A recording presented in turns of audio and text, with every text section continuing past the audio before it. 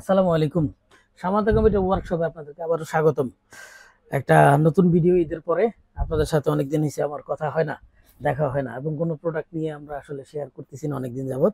আজকে একটা বিষয় প্রোডাক্ট নিয়ে শেয়ার করতেছি এবং একটা পিসি বিল্ড হবে। এক ভাই আমাদের সাথে আমাদের সামনে আছে 7950X প্রসেসর।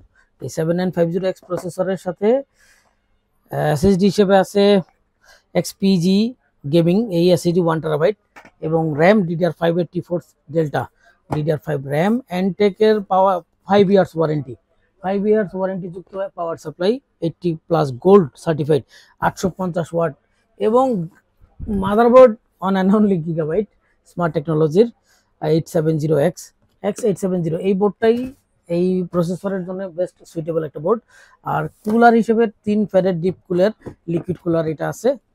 এই টোটাল সেটআপ এটা। আর একটা গ্রাফিক্স কার্ড আছে 5060 Ti 5060 Ti এই গ্রাফিক্স কার্ডটা আছে ভাইয়ের এই টোটাল সেটআপের ভিতরে। নরমাল একটা সেটআপ, বেশি একটা না, মাত্র সম্ভবত মনে হয় 2,10,20 এর মতো পড়বে।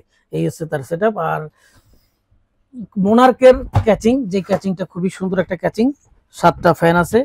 আবার পাশাপাশি কুলার যখন উপরে বসবে তাহলে তো 7 আর 3 10টা ফ্যান হয়ে গেল।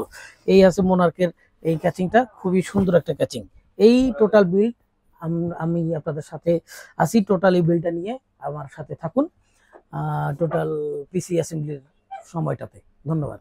এই ক্যাচিং এর বিশেষত্ব যদি বলতে যাই, এই ক্যাচিং এর বিশেষত্ব যদি বলতে চাই, এখানে দেখেন এই যে কাটআউট গুলো দেখা যায়, এই কাটআউট গুলো হচ্ছে প্রজেক্ট জিরো যে মাদারবোর্ড আছে, এমএসআই আসুসের যে প্রজেক্ট জিরো মাদারবোর্ড থাকে, এই প্রজেক্ট জিরো মাদারবোর্ড সাপোর্টেড এই ক্যাচিংটা।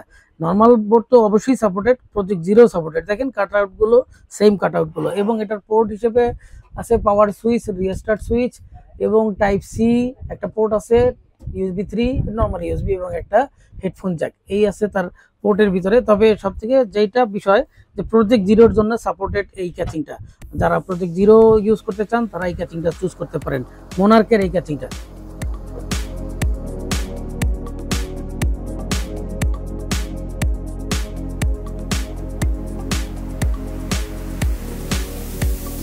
মাদারবোর্ড M.2 স্লট আছে 3টা, 1 2 3। এর ভিতরে যেটা প্রাইমারি স্লট, এটাতে একটা হিটসিং দেওয়া আছে যাতে এসএসডিটা কুল রাখা যায়। আর দুটো সেকেন্ডারি স্লট আছে। গ্রাফিক্স কার্ডের স্লট ফুললি মানে ওটাকে বলা হয় আর্মর ক্রিয়েটেড। আর এখানে এই একটা লক আছে, এই লকটা আছে যে গ্রাফিক্স কার্ড যখন আমরা লাগানো হয় তখন এই লকটা ইউজ করা হয় লকটা।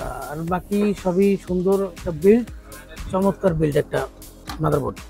আর এই পাশে পোর্ট হিসেবে অনেকগুলো পোর্ট আছে। USB আছে 8টা USB, 4টা 5টা 6টা 7টা 8টা ল্যান্ড পোর্ট এবং ওয়াইফাই অ্যান্টেনা কানেক্ট করার। এখন যেটা আরও কয়েকটা ভিডিওতে দেখছেন আমাদের ওয়াইফাই অ্যান্টেনা, এগুলো প্লাগ অ্যান্ড প্লে মানে পুশ অ্যান্ড প্লে। এটা HDMI, 2টা টাইপ সি এবং এটা বায়োস ফ্ল্যাশার বাটন আর সাউন্ড বোর্ড। নর্মালি ভালোই আছে।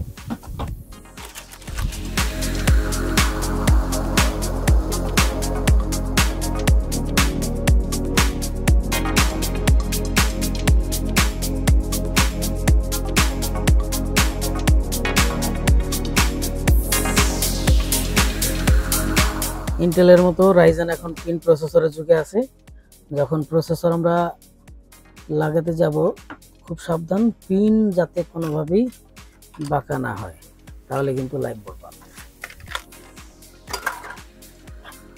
র্যাম GeForce ডেল্টা DDR5 এর র্যাম।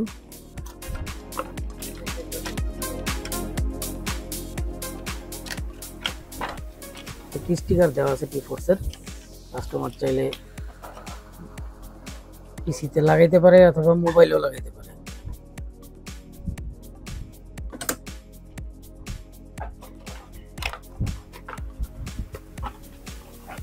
এবং সেই কাঙ্ক্ষিত এসএসডি গ্লোবাল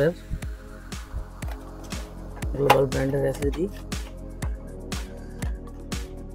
লাইক দেখতে আডাটার মতোই।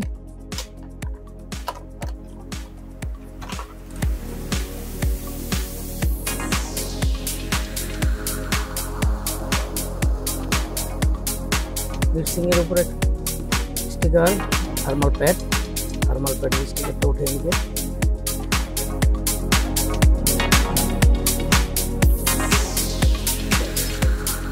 ঠান্ডা রাখার বেস্ট করবে।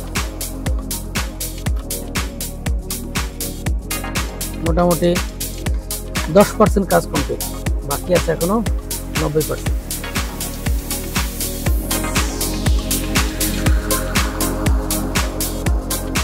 এই স্টিকারগুলো উঠে নিতে হবে, নয়তো পরবর্তীতে পিসি যখন চলবে গরম হয়ে যাবে। স্টিকারগুলো না উঠালে পরে মাদারবোর্ডের ক্ষতি হবে। যারা যখনই সেট আপ করতে যান এই পলিগুলো স্টিকারগুলো তুলে ফেলবে।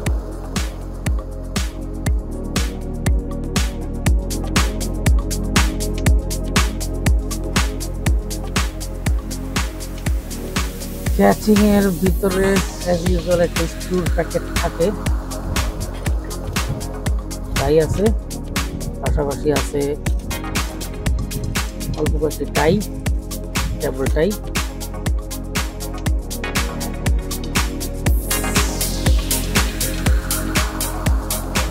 এটা হলো পাবলিক লিকুইড কুলার, কারণ ডিপকুল একটা পাবলিক চয়েস হয়ে গেছে। কুলার মানেই ডিপকুল, এরকম একটা ডিমান্ড হয়ে গেছে।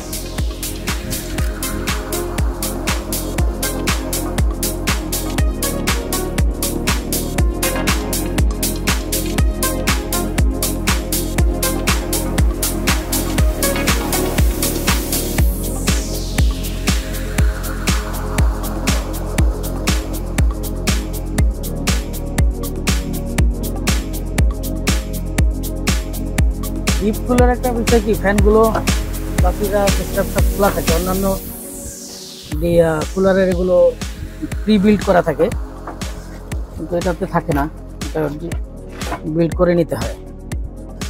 সুবিধাও আছে অসুবিধাও আছে। সুবিধা হলো সময় বেঁচে যায় যদি প্রি বিল্ড করা থাকে, আর অসুবিধা হচ্ছে এখন এটা করতে গেলে একটু সময় লাগবে।